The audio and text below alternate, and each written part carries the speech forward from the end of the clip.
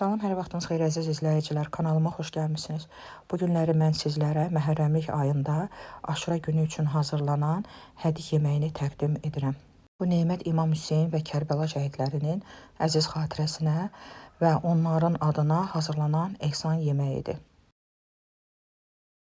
Videoda hər şey aydın görünür. Sadəcə olaraq bir-iki xırda detallar var ki, onları sizin nəzərinizə çatdıraram.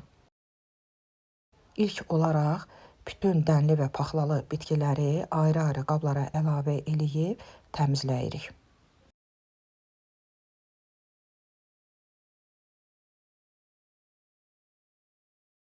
Sonra bütün dənli paxlalı bitkilərin hamısını suda yaxşı yuyuruq.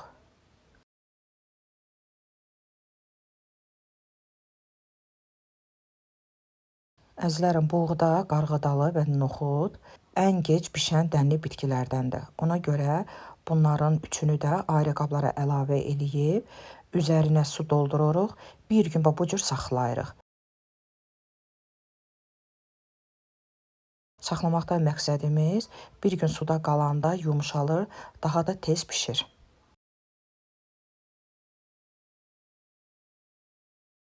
Bir gün tamam olduqdan sonra ayrı qazanlara əlavə eləyib qoyuruq qazın üstünə qaynamağa. Yerdə qalan 4 dənli bitki, lərgə, lobya, mərci və qaragözü, onların da üzərinə su əlavə eləyib qoyuruq 1-2 saat suda qalsın. Buğda, qarğıdalı, noxud artıq hazırdır. Bişirəcəyimiz qazana su ilə qarışıq əlavə edirik.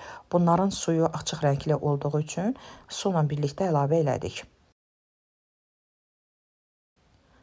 Sonra lərgə, lobya, mərci, qaragöz də hazır oldu. Amma suları rəngi tünd olduğu üçün sularını boşaldıb suda yuyub bişirəcəyimiz qazana əlavə eləyirik. Sonra üzərinə çıxana qədər qaynar su əlavə eləyib qoyuruq qaynamağa. Mən hədiyyə sulu xoşladığıma görə, əzizlərim, mən üzərinə çıxana qədər su əlavə elədim. Axırda duzu əlavə edirik. Duzu əlavə edəndə niyyət eləyirik. Həzrət İmam Hüseynin, onun əhl-i beytinin və Kərbəla şəhidlərinin adına ehsan niyyət edirəm, qürbətən ilallah.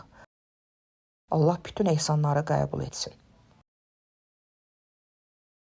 Əziz izləyiciləri, videomu bəyəndinizsə, like etməyi, abunə olmağı, şərh bölməsində fikirlərinizi yazmağı unutmayın.